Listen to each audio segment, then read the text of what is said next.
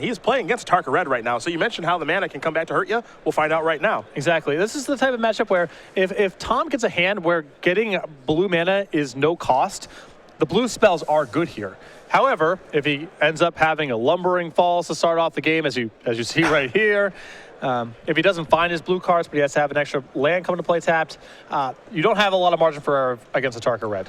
A Dragon Fighter is where Ye is going to start. Ross with that darn Lumbering Falls. Actually, both of them have lands that are annoying. Not only does this land come into play tapped, but it does a lot of damage to the progressions of your battle lands down the line. I didn't have a full appreciation for what a cost Lumbering Falls represented until today, and yesterday, watching these games where someone had to play off curve for the first 4 or 5 turns of the game because their battle lands were not coming to play untapped. Well, what's interesting, right, is it feels like it's kind of a freebie to be able to play Lumbering Falls, and it's anything but that. Now, the question you have to ask yourself is having this creature land in my deck worth it? How useful is Lumbering Falls going to be in those control matchups, and how useful is it going to be maybe in those mid-range matchups? Am I getting enough out of this, and is the juice worth the squeeze, as you like to say? Well, Lumbering Falls is incredible from what I've watched, certainly against decks with mass removal effects. It's just great protection.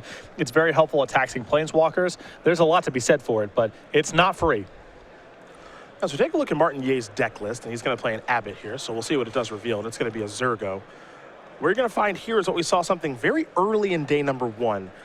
It is a player here in Martin Ye that has dialed back on the pump spell some, only 2 copies of Become Immense and 1 copy of Teamer Battle Rage to go along with 3 Titan Strength, and has upped the count of Exquisite Firecraft all the way up to 4. So still playing what Brian DeMars was able to win with last week in Indianapolis, but has switched up how he's doing it.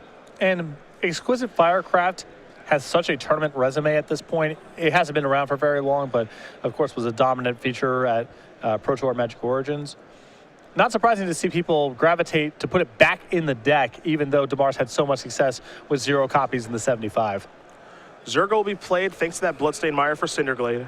Goblin tokens will come across into the red zone. And this Green White Megamorph deck can be a little slow off the ground at times. Ross does have a basic Plains in hand. He could just upgrade the Warden of the First Tree right now if he'd like to. Well, it looks like he's just going to pass the turn back at this point. Ye will draw a card, picked up a copy of Monastery Swiftspear. There is a mountain for the turn. And I am sure that there's no game. It involves a lot of cheap creatures and a lot of swingy instants. There is no type of game that Tom Ross is happier to play than something like this. Here come the creatures. Tom is going to jump in front of Zergo. He'll attempt to pump. Wild Slash will be the response. Now, Tom does have Dispel in his deck today, and he actually has Dispel in his hand, so he's going to counter that. And it appears this is going to work out pretty well for Ross. He'll have to take 5 points of damage, 3 from the Abbott and then 2 from the Goblin tokens. But his Warden is a 3/3 now. Now the question if you're Ye is, do I want to Exquisite Firecraft that creature, or do I just want to play another creature? It looks like he's going to go with Firecraft to take care of the Warden. So from a development perspective, it's better for Ye to cast the creatures and then try to go for it next turn. The risk there is if Ross has Dromoka's command, everything collapses. So Ye making a conservative play there, making sure to get the creature off the table and avoid the doomsday scenario involving Dromoka's command. Exquisite Firecraft is a nice one. That's for sure. Hangerback Walker in hand here for Ross. Could just play that for 2 if you'd like. Also has a copy of Hidden Dragon Slayer in hand, but he's going to go with Hangerback Walker. It is for 2, and now he'll pass the turn back over to Ye. Ye will draw.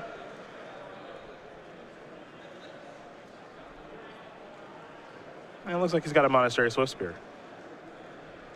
There's also a Wild Slash there and a McKindy Slide Runner in hand. The one thing he does not have at this point is a Tarkus Command, the namesake card of the deck. Ladies and gentlemen, if you still have your playmat voucher from the standard open, you can still redeem it for a playmat by Wild Slash will take care of Hangerback Walker. Thopter's on the way. Don't miss out on your Keep in mind prowess triggers, of course, for the Abbott and the Swiftspear. bring your voucher up to the stage. Here are the attacks. We'll see how Tom would like to block. At this point, he can basically cross the Tarkus commands off his list, I think. I don't think there's any way if Martin has a Tarkus command this turn that he would be able to beat it. So you just say, okay, well, if you have that, I lose. But, you know, I'll assume that you don't have that, I think is his plan here. Exactly. It's just going to be way too much damage. It's going to make his blocks way too bad, no matter how he blocks. So just act like it's not there. Looks like just going to double block the Abbott. So that'll take care of that. He'll end up taking 4 slide runners to follow up past the turn. Ye is empty-handed. Ross is the one with the cards. The question is, can he get him out of his hand? I was thinking about going down to 7 from the Flooded Strand, but maybe he will, maybe he won't. Now he will. I think all of the creatures in hand are Megamorph creatures. So can't really avoid it.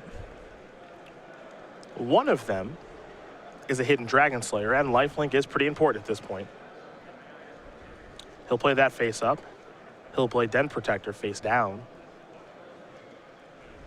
And now he'll pass the turn back. Ye will draw.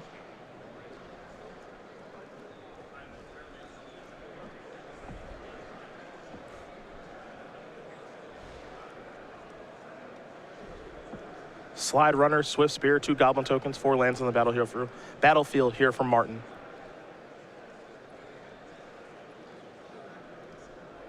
Big question is, what was the draw step? A lot of good draws here available for him. A fetch land's not bad at all. It's still tough for him to do much in terms of attacking. I suppose with the fetch land now, he has a 4/3 he can attack into Hidden Dragon Slayer. Now you see he's trying to figure out exactly how Tom would block if he attacked with everything. Or if he attacks with anything. And he will attack with everything.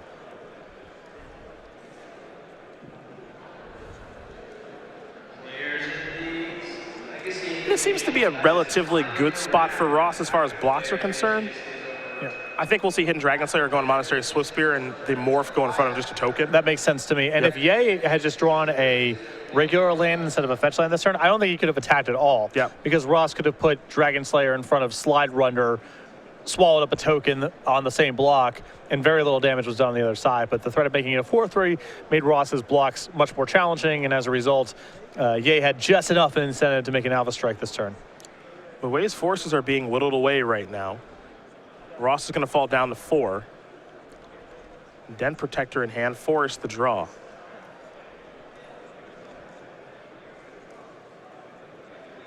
You do wonder exactly how Ross wants to use that Den Protector that's on the battlefield as well as the one in hand. When we watched Chris Anderson play this matchup yesterday, it was Warden of the first tree that got a lot of work done. So there's a couple paths Tom can take. He can get back the Dispel if he thinks he can win the game other than getting burned out. But with Exquisite Firecraft in the list, it seems like that's unlikely. He's going to Dispel real fast. Now he'll play a Morph. He'll pass the turn back. Dispel as his protection. You mentioned Exquisite Firecraft being the problem here. But this does give him some protection around Atarka's Command. This cuts off a lot of Ye's potential draws to win the game. The problem is, without a source of life gain, and with no real path to end the game quickly, Ye's going to get a lot of draws for Exquisite Firecraft. Well, the trick here, I think, for Tom is this turn, as these are going to trade, there can be some trample damage. I think he wants to unmorph Den Protector, get back Warden of the first tree, play it, pump it, pass with the spell up, and then the next turn he can basically say, you need to draw your thing now, and it's got to be Firecraft. But he needs to, there needs to be a path here for Tom to start gaining some life. He's got some tools in the graveyard to do it. I think Warden is the best way for him to go towards that. Dromoka's Command, the draw, is a really nice one. Yeah.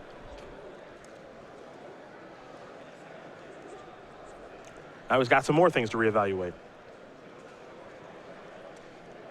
And it's possible now with Dromoka's Command that Hidden Dragon Slayer becomes more attractive, as it's more mana efficient down the line than Warden is. You can get Dragon Slayer, play it down, still got Dispel up. Yep. Next turn, unmorph, Dromoka's Command's ready to go. Well, I like the play here of playing Hidden Dragon Slayer and being able to leave up both options, just kind of face up. Sure. It's not as sexy, but one thing he can do is maybe say, okay, I'll Dromoka's Command, put a counter, fight your creature, get life there. And then even, if Exquisite Firecraft is the draw, he's short. Yep.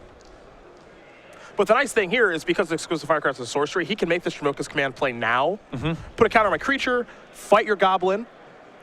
I gain 3 life, I go up to 5, attack, gain 3 more life, go up to 8, and 8 is a safe zone. Yep. Or no creatures at 5 is also pretty safe. It needs, at this point, it has to be something like running copies of Exquisite Firecraft. Titan Strength is going to be the play in response, and I think Tom is going to be forced to dispel that, which is fine because he's going to get his life. He's going to go up to 5. He's going to get to attack here probably with both creatures and start clocking Martin now. And so now Martin's got to draw real good, I would say. Well, now with Tom at 8, it's even running Firecraft doesn't do anything. Ross is going to gain some life next turn. And actually, the tough part here for Martin is he drew a Wooded Foothills, obviously not ideal, but Tom can actually kill him next turn because he can fire up Lumbering Falls. So you see Tom actually push that forward and say, I'm just going to activate that. That's 3. Hidden Dragon Slayer is 3. That's 6, 7, 8, 9 from Den Protector, 10, 11. He's dead on the board. Wooded Foothills is a dead draw. And just that quickly, Tom Ross able to work himself back into that game and actually win that game over Martin Ye. Bat Megamorph up a game here over a Tarka Red. Yeah, that was a great management of resources there by Tom. I mean, great in combat, great knowing how he wanted to sculpt the lines, protected himself when he had to protect himself, got aggressive when that was time. A very well-managed game. You know, it's a combination of two things there. Very, very good card management on Ross's side, and you got to fade some draw steps, too. Oh, yeah. That's for sure. That's all what it is when you're playing against red. So Martin definitely had some draws that would be able to kill Tom, Atarka's Command at certain spots, Exquisite Firecraft, all that stuff. Just wasn't able to find that draw step. And you see the merits of having Dispel in the deck there. If Ye just goes, all right, I'm going to Exquisite Firecraft your Ward of the First Tree there on the 3rd turn or 4th turn of the game, Ye probably wins. Yep. But he's thinking, okay, Tom probably either has Jamoka's Command or he's just planning on pumping. That's what he was playing around there in that combat step. It was Dispel, and Ye lost a lot of cards in that exchange. Sideboards is where we're going to go, and we will start with Martin Ye, and he's got 2 Outposts each. 2 Outposts each, 2 Hangerback Walker, 2 Thunderbreak Regent, 2 Fiery Impulse, 3 Arc Lightning, 2 Goblin Heel Cutter, and 2 copies of Roast. Like the copies of Goblin Heel Cutter, really like the copies of Thunderbreak Regent in this matchup, and Fiery Impulse. I think Hangerback Walker is a little bit too slow, not really the type of game Ye can beat Ross in, and Outpost Siege, much the same criticism. But the Flyers and the cheap removal, I like a lot. I know we'll find some more counter spells in Tom's sideboard. 2 copies of Dispel, 2 copies of Evolutionary Leap, an Island, 2 Disdainful Strokes, Stratus Dancer, Surge of Righteousness, 2 Irrational Clerics, a Master of the Unseen, a Kiora, Master of the Depths, and a Valorous Stance.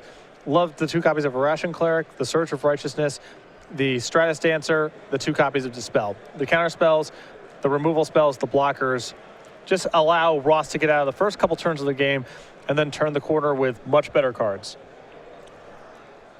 Well, as these players do shuffle up here for game number 2, Martin Ye will be on the play with his Atarka red deck. Always a great place to be with the red deck. But for now, we'll talk about the Season 4 schedule here on the Open Series. We're in Atlanta right now, where someone's walking out of here with $5,000, 25 Open Series points, and an invite to our Season 4 Invitational. We take a break next weekend for the Pro Tour and for the Star City Games State Championships, and then it's Legacy in St. Louis. Yeah, as we mentioned, after that we'll be in Dallas for Modern, Standard in Philadelphia. After that, Grand Prix Atlanta. We have information about that event posted at starcitygames.com/GP Atlanta. A Standard Open in Kansas City, Legacy in New Jersey, a Standard Open Series event in Denver, and then the Season 4 Invitational, Las Vegas, Nevada, Standard and Modern as the invitational formats with a 2-day $20,000 Standard Open Series event December 11th through the 13th. And then a week later to close out the year, Players Championship, Roanoke, Virginia, Star City Games headquarters, December 19th and the 20th. And of course, for all the main events that do take place up until December 5th, you'll be able to get the Hoppin' Rabbit Master playmat. There's bunnies, there's bombs, there's carrots. It's a play on Goblin Rabble Master, of course, Magic players' favorite goblin. That's not true. Yes, it is. That's not true. I would know more about Magic players and goblins than you. Everyone is either a Goblin Lackey person or a Mog Fanatic person. There are very few Mog Fanatic people anymore. Yeah, I know. I hate to break it to you. It's a dying breed. It's not a particularly good Magic card anymore. It's a little sad. But, as I mentioned, up until December 5th, our Open in Denver, our first time back there in a handful of years, you can get this Hoppin' Rabbit Master playmat. So come to the main event. It's pretty simple stuff. You sign up, you get one. Absolutely, all the way through the Open Series events in Denver, which is December 5th. Anyone who enters one of our 2-day $20,000 Open Series events will receive that playmat for free. Game number 2 on the way here for Tom Ross and Martin Ye. Tom Ross, quite a few accomplishments on his resume. 11-1 in this tournament. Looks like we're going to have to change this graphic to 6 Open Series top 8s in just a little bit. Yeah, here. on the verge of locking this one up. It's a little surprising to only see 6. Oh, 5 right now, but Only 6. You would think more for the boss. I know we talked about this yesterday a little bit, but it seems a little low given the accomplishments for Tom in the Open Series. Yeah, given the quality of play, given the invitational resume, the Pro Tour and Grand Prix resume, you would have expected more Open Series top 8s. He's had a lot of very good finishes, but relative to the rest of his resume, a little light on Open Series top 8s. Of course, he does love parkour, Mortal Kombat 10, and he is a 5-time Louisiana state champion. Him and I think Adam Prozac are the 5-time state champions. There's got to be others out there. You think so? I believe so. Adam might be a 6-ball, actually. I'm not sure.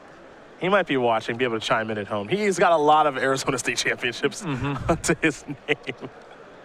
Miss watching him play Magic on the Open Series, too. Always a lot of fun to watch Adam Prozac play. Now he's designing cards and making Magic fun. Maybe one day he'll come out of retirement to do Battle again.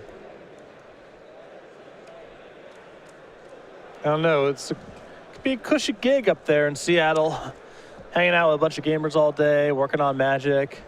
Not a lot of people leave. I know a lot more people who stay than leave. Yeah, I understand. I understand. A lot of work to be done in that office. I have to imagine designing Magic cards is pretty fun and getting to test them and all that stuff. A lot of meetings. You like meetings? I'm not actually particularly fond of meetings. Okay. No. Every job's got meetings. I know, unfortunately. I'm not a big meetings guy. I think people have a lot of perception of R&D jobs as, you know, it's like a popcorn machine in the office and it's kind of screwing around playing games all day. And there's a little bit of truth to that, but it's overstated. A lot of meetings. A lot of meetings. Tom going to take a mulligan here. Looks like Martin's going to keep his opening 7. Meetings oftentimes result in yelling, a lot of back and forth. Yelling's pretty rare. I mean, I guess it depends what kind of environment you work in, but. Well, at restaurants, when I used to work in those, a lot of yelling. Yeah. A lot of yelling. Yelling is usually the tool of someone who's lost an argument but doesn't want to let go. Well, I understand. I understand why the yelling takes place. It's not like they can't hear you before you yell. If that was the problem, then someone should say something and then, you know, you speak up. But I hate the dry erase board. we have a lot of dry erase boards. I hate those, and I hate the dry erase markers. Love those too. So And- already I'm not inclined to want to be in a meeting. What's also really nice is at our office, there's some walls that look like they're just the dry erase walls, but they're just not. So there's just I don't know if that's good or bad. it's come up. It's Yeah. come up. Some of the walls have gotten a little marker scarred. Someone assuming that they could write on it. I don't believe the shelf life on dry erase markers is particularly long, No. so you have to replace them a lot, which is also annoying. And who even likes a dry erase eraser? It just gets stuff all over your clothes. We're going to have to agree to disagree here. That thing's horrible. But I'm not going to yell at you about it. That's very nice of you. You know why? Because I can hear you just So you fine. can hear me just fine. Azurgo is where Martin's going to start.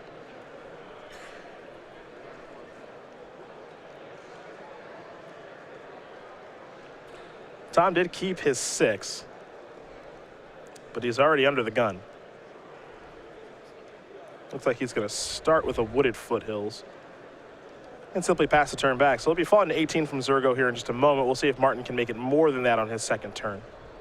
Looks like it'll just be 2. Wooded foothills is the land here for Ye. He'll sacrifice that. Go down to 18. We got a mountain on the way. And we'll see what's next for Ye. And yes, I've been waiting to do that the whole match. Just been sitting here trying to figure out when you had a shot. Drop that one. Yep. The slide runner. Tom will sacrifice that wooded foothills. He's going down to 17. We'll see what land he wants to get. He's going to go with Canopy Vista. I'm getting some throwbacks to my Open Series event in New Jersey a couple of years ago. Guide into play GOP, and now we are with Zurgo into McKindy Slide Runner. Not quite the same thing, but It feels relatively similar. pretty close. Yeah.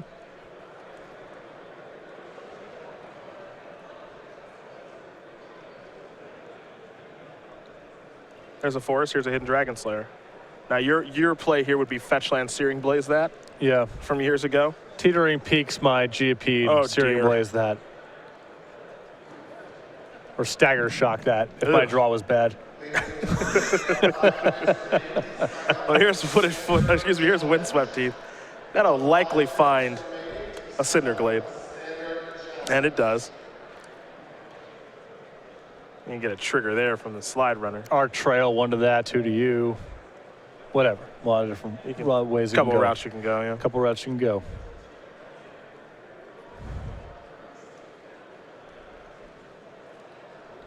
Oh, there's Arc Lightning. All right, yeah. There you go. There it is. A nice Same play. A nice little callback right there for you. 1 to that, 2 to you. Come across here for a whole bunch of damage. Your turn. Don't know if Arc Lightning is great in this matchup. I think it's much more for the mirror match and other token generation effects, but, you know, on the play, in this matchup, it's probably going to be pretty good. To me, it feels like it might be better than some of the other options in the sideboard, mostly. Yeah. I mean, the cards that I really like in his sideboard for the matchup were Fiery Impulse, the Thunderbreak Regent, and the Heel Cutter. It's possible he just wants to get away from some of his instants now that he's seen Dispel. Like something like Titan Strength, even Become Amends, might be a little bit shakier now that you've seen Dispel out of the deck and you can anticipate more copies of that card. Nissa, that's Tom of Forest. Still pass the turn back over to Ye. Tom here is just trying to block. Yep, That's block and it. trade. Landfall trigger. Slide runner's a 3/2 trampler now. Martin is trying to make that very difficult.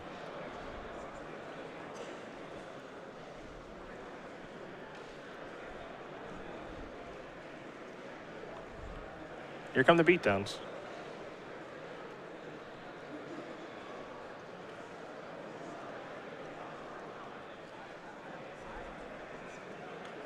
Well, that block will work. A little bit of trample damage here. I think we got a Thunderbreak Regent. No, it's going to be a Hanger Back Walker for 2. Okay. And I'm not a huge fan of this card out of Ye's deck. I just don't think he plays this kind of long game nearly as well as Ross does. I don't want to play this kind of long game if I'm Martin. This does give you a bit of resiliency because you've got a threat that once it dies, you get some flyers from it, so that part's nice. But I'm not looking to go turn 8, turn 9, turn 10 against Tom. Megamorph just does that better than you, as it has demonstrated many times this weekend. All right, players to the Legacy Attitude. Welcome to round 4. You have 50 minutes to begin. There's a Hanger Back Walker for Tom.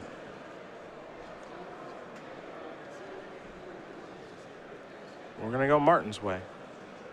Hanger Back Walker, the draw for him.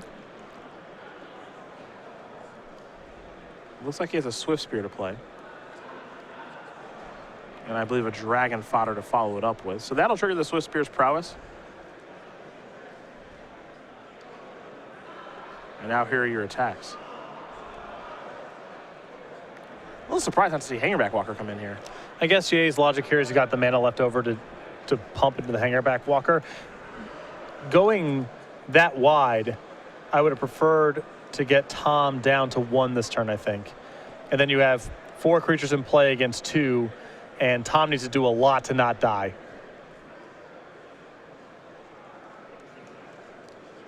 That's a forest.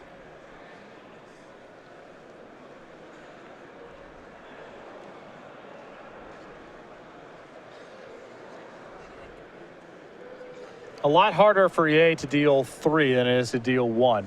Yeah. Especially when you have that large of an advantage in creatures in play. And I don't see a huge difference here between Hanger Back Walker being a 2/2 and a 3/3 long term.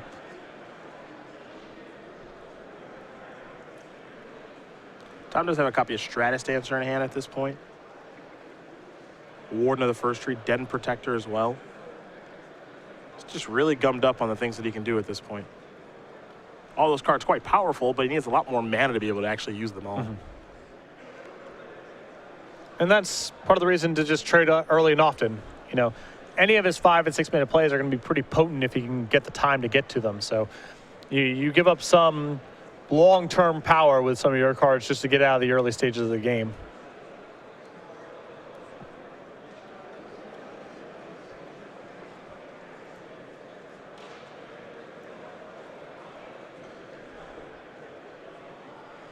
Now, Tom can just dump his whole hand on the table there, but that doesn't seem like he's getting enough out of everything.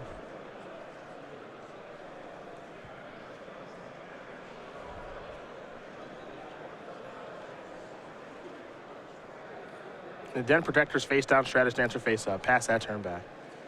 Hanging back Walker's going to grow on up.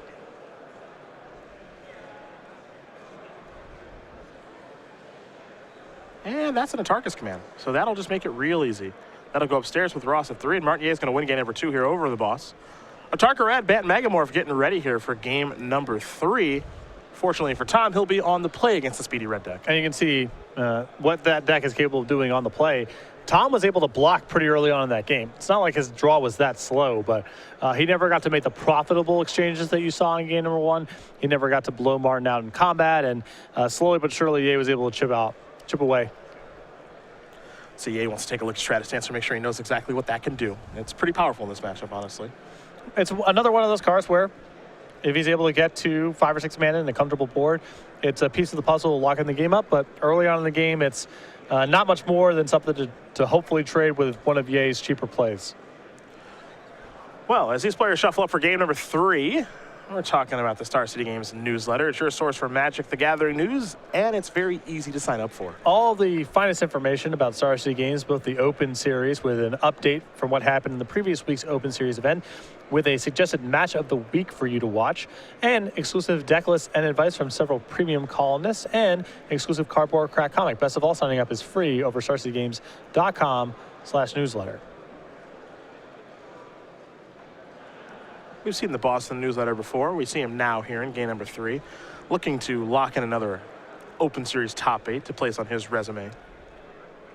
2 invitational top 8s here for the boss. He was able to go back-to-back last year. Pretty impressive stuff for Tom. This year's been a little bit different for him, as he's kind of dabbled around a little bit.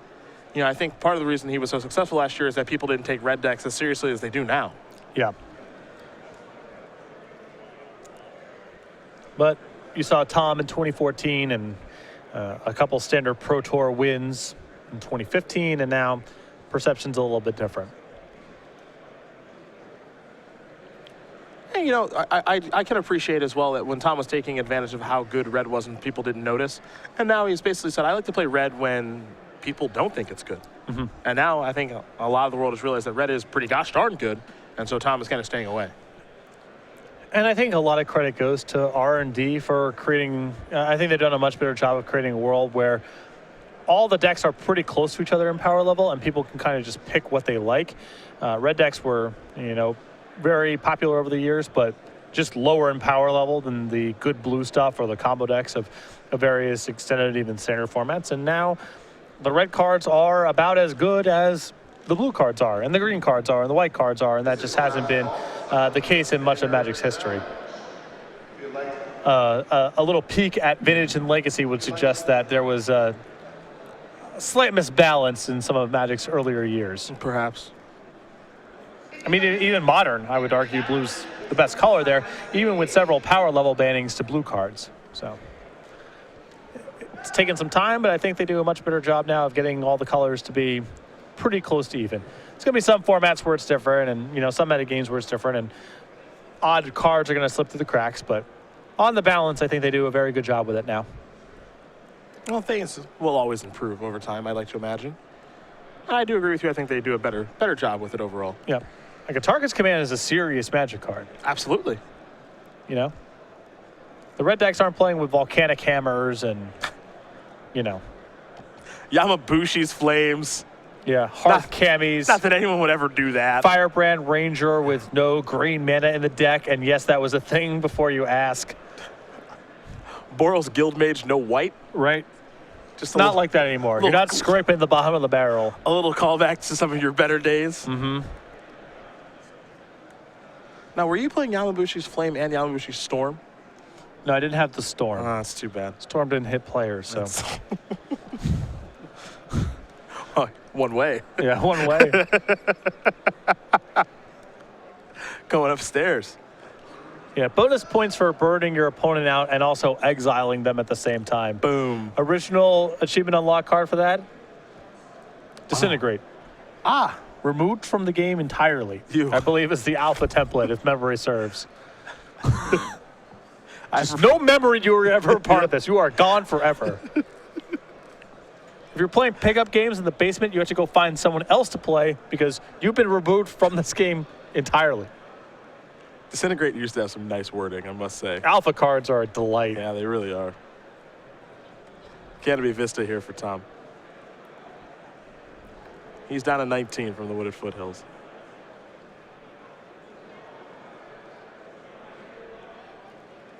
We'll see what turn 2 brings.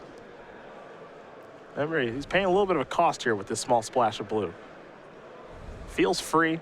Sometimes it is, but not in this matchup. Hangerback Walker for 1, not a bad start, though. And unlike Modern, not every fetch land gets every dual land. It's very, very rare in Modern that's an issue. But here you have Wooded Foothills that can't go get your Prairie Stream. And Tom might be functioning without blue mana for a little while. Just a basic mountain there for Ye. Windswept Heath the draw. There's a second mountain, and now he's got a Hangerback Walker too. Ross picks up a Plains. Sometimes I watch some of the mid-range games, and Hangerback Walker feels a little overplayed to me. Low impact and kind of easy to work around, a lot of removal, exiles, et cetera, et cetera. And then you watch the red matchup, and you go, never mind, can't cut these. Yep. It's just so good against decks like this. It's very necessary in this matchup. Swift Spear the draw. 2 Hangerbacks is just a pain for Martin to get through. There is a chance that Ye will not deal combat damage this game. And it's just off this opening. Yeah. It's actually quite true.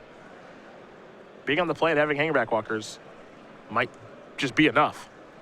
And Tom, commonly playing decks like a Target Red, knows how dire the situation is for Ye already.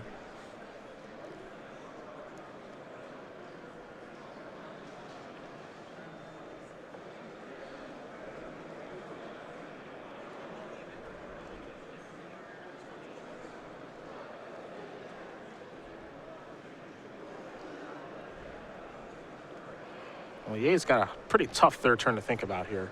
One of these Hangerback Walkers, Tom can grow into a 2 power 1. And the other one's going to stay at 1 because it's summoning sick. And then Ye's looking at Swift Spear, Exquisite Firecraft, and a bunch of other stuff. Just trying to slog through this is just really hard. I mean, Tom's only played 2 cards this game, and Ye's already got quite an uphill climb. The issue here is that Ye's hand is probably some mixture of creatures that don't fly, pump spells, and removal. None of this is good against Hangerback Walker. Mm-hmm. Ye's going to play a Swift Spear and attack. Now, this is a bit interesting here. I think if I'm Tom, I most of all just like saying, I'll take 1. Okay. I was wrong. He got in a point. But Tom could have shut the door on that if he felt like it.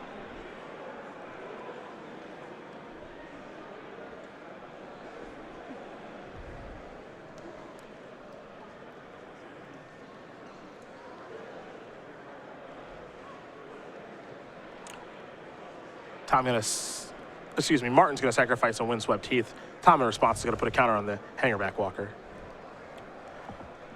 Cinderglade is the land of choice here for Martin. So now he's got access to green mana. I think the follow-up's gonna be a Dragon Fodder. Well, we will find out soon enough. He's trying to go wide around Hangerback Walker, which is a way to do it. It's tough, though. Ross will draw. Picked up a Plains for the turn.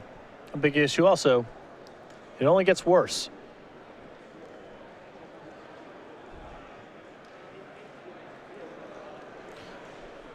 Now Tom's got Jaroka's Command, some lands in his hand. It's a good spot to be in.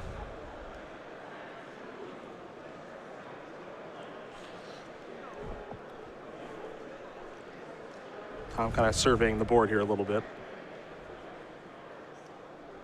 See how he wants to move forward against Martin. It's just going to be a Death Mist Raptor with a single mana available. So Ross in that spot had the opportunity just to say, all right, I'll go. I'll let you have the turn. I got Jaroka's Command. I got lands to grow my Hangerback Walker. I think Ross understands that the easiest way for him to lose this game is for Ye to go around his Hangerback Walkers. And so Ross, if he feels it's a safe enough spot, wants to get some creatures into play to make these alpha strikes with 5 or 6 creatures more complicated for Ye. The more complicated, the better. Exquisite Firecraft going to go after Death Mist Raptor. That'll bite the dust. Swift Spear is now a 2-power creature, and here come the attackers. We saw this attack last turn. A little bit different this go around. It looks like Titan Strength might be involved here on Martin's side.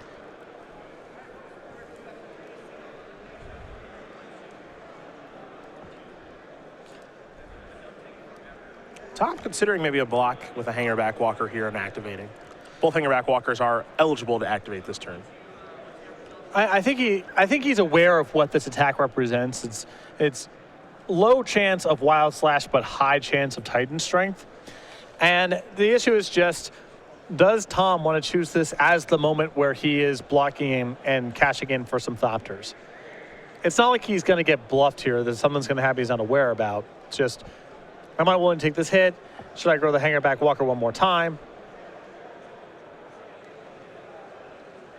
And he's going to block with the hanger back walker now. And he'll activate. So the activation's on the stack. We'll see if Martin does have a response or not. And again, it looks like his hand right now was Mountain, Titan Strength, and Goblin Heel Cutter. He'll sacrifice that Windswept Teeth. We'll have a Cinder Glade on the way, I believe.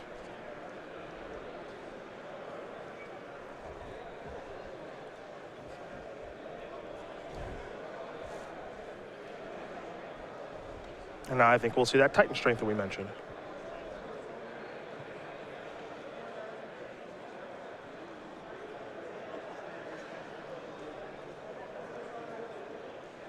After Titan Strength does resolve, Hangerback Walker is going to crack open. You'll get 3 Thopters. And the Swift Spear is going to stay alive because of the Prowess Trigger plus Titan Strength giving +1 toughness. So everything appears to work out okay for Martin. Yeah, the Swift Spear actually had 5 toughness there. 2 Prowess Triggers plus Titan Strength. Plus base 2 toughness. Yeah. Yeah. So Very much alive. not even close to dead. Yeah. We're also going to sacrifice a Wooded Foot. Excuse me, sacrifice a Windswept Teeth. Quick update for you guys. Aaron Barrich playing Jeskai Black. Player from Mississippi area. Made the trip out here to Atlanta. He just defeated Bradley Carpenter, giving him his first loss. So looks like we are getting close to having both those players in top 8. Carpenter's basically locked up already, but Barrich in great position to make a top 8 here as well. And now, Ross has done a great job managing this game. Has more creatures than Ye does. 17 life to work with. Much more powerful cards in the deck. Still has a Hangerback Walker that he can grow. Ye's hand, I believe, is a Heel Cutter, which is worth very little on this board. At this point, I'd rather hard cast it. It's going to dash a Zergo and I think dash a Heel Cutter here and try to work away at Tom's life total. All right, this is going to be his... This is the last punch of the game. We've seen these alpha strikes before over the course of this tournament. Yep. Just want to get him on the jaw one last time on the way out the door. He's all in. Everything that he's doing is face up. Tom has Dromoka's command in hand. I also believe that the Morph right now is a Stratus Dancer, so he can bring back Deathmiss Raptor. There's a lot of ways for the boss to wreck him this turn. I don't even know if the attacks are very good for Ye just on the table. I don't think that they are. Even if Tom didn't have anything going on, I think this would be tough. Here's Dromoka's command. Put a counter on Hangerback Walker. Fight your Goblin Heel Cutter. 2 more Thopters. And that works too. Sure. You may proceed. All right, go into combat. Here come the Knuckleheads, at least some of them. It's just game states like this where I don't think Hangerback Walker's good in the matchup on Martin's side. Yeah, it's still at a 1-1, and I just don't think Ye can play this kind of game and be favored. I don't mind Thunderbreak Region coming in because that card's high impact. It flies. It can get you out of games you're losing. Hangerback Walker, to me, is just sort of saying, all right, well, the games are going to slow down. I want a little bit more power in the deck. But I just don't think that Ye is equipped to win that kind of game. I can't let the game slow down. Yeah. I have to get you to 7 or whatever and then try to burn you out. Whereas something like that. Thunderbreak Region is acknowledging the game can slow down, but it's still part of your central game plan. And it's attacking one of Mega Morph's biggest vulnerabilities, which is the air. They don't handle flyers all that well. So, also with them probably cutting Valor Stance in the matchup, it's much more likely to survive than it will game 1. There's an Abbott. Top card, Wild Slash. Awkward Slash. The Morph right now for Tom's a Stratus Dancer, so He can elect to counter this if it's cast, or depending on what it targets, it's not going to get a whole lot of work done. Swiftspear is going to come in here.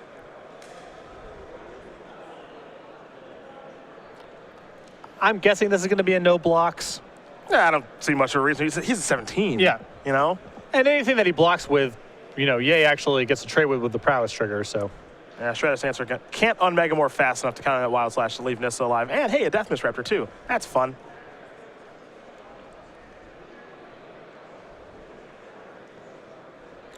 The boss will untap.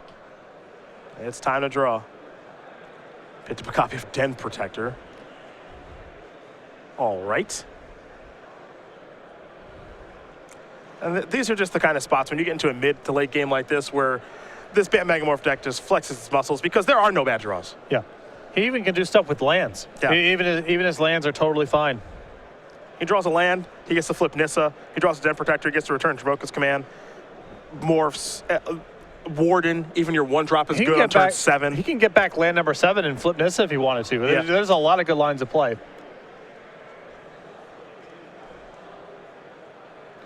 And now, Tom, we're talking about how commanding the position is. And right now, he's just doing I can play around everything. So let's assume that Ye draws perfectly, literally perfectly for the rest of the game. What's the right sequencing to make sure that even that doesn't beat me? And that's what he's trying to figure out right now. I just need to make sure that nothing happens. Close all the windows. What's your best top deck? What, Thunderbreak Regent maybe? All right, I want to make sure I don't lose to that card then. Stuff like that at this point.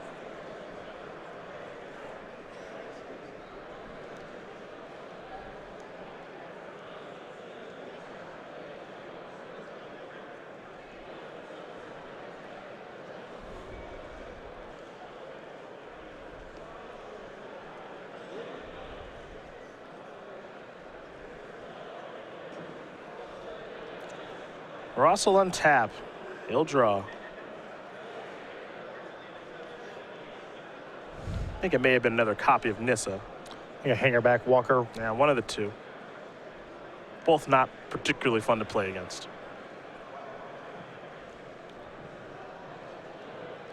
I'll just pass the turn back with mana at the ready. Hangerback Walker going to move up to 3 here for Martin Ye. That is time in the round. Wooded Foothills is the land.